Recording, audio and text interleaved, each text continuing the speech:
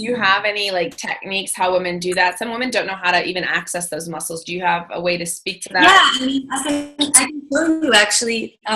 Let's just pretend that this is my pubic bone. So you can touch yourself just to get a picture of where I'm at. My waist is here.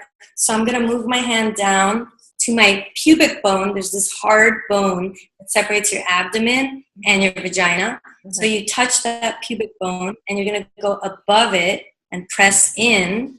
So you're actually right over the bladder. So make sure you do this after you pee. And then you're just going to squeeze between the pubic bone and tailbone. And you can actually feel the contraction of your pelvic floor there. Squeeze and relax, squeeze and relax. You're tightening and relaxing. Tightening and relaxing. Do you feel that? It's above your pubic bone. That's right over your bladder. So you can actually feel the contraction because the pelvic floor rises up and down, up and down. Of course, you can put your fingers inside and squeeze inside your vagina and squeeze. And I would recommend 2 fingers because that's wider stretch, so it's actually going to be easier to squeeze. Okay. And that's what I would do.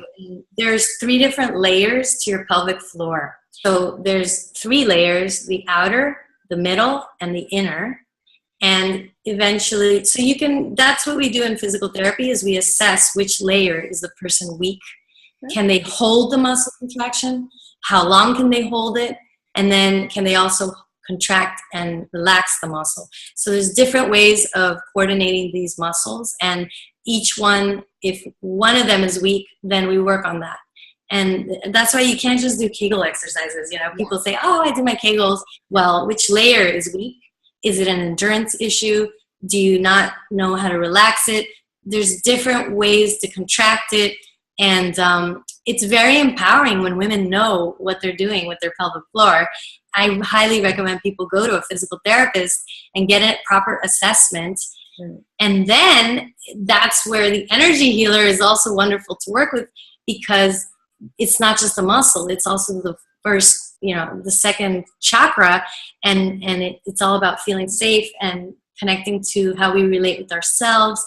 So this is where looking at the energetics, the emotions, and then also the physicality, it's so important for us to address all of those aspects. And I'm really grateful to be able to do that, because then we can heal so much faster.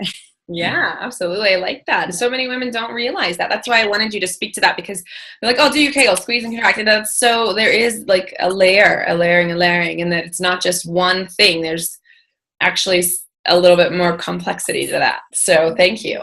Different functions for it too. Yeah, absolutely. And then, you talked about biomechanics.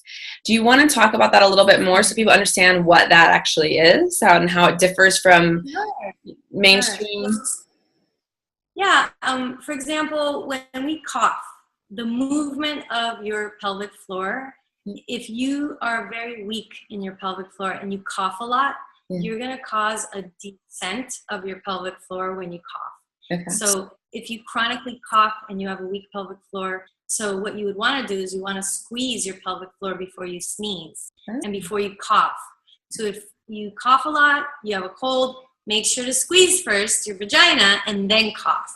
So that's where knowing the biomechanics, how the muscles are supposed to move, because they're supposed to go up, not down when we cough or sneeze. But if you have underdeveloped pelvic floor, then you're not going to have the tonicity to maintain the integrity of your muscles. So you need to add in squeeze before you sneeze and squeeze before you cough. Yeah, that's good.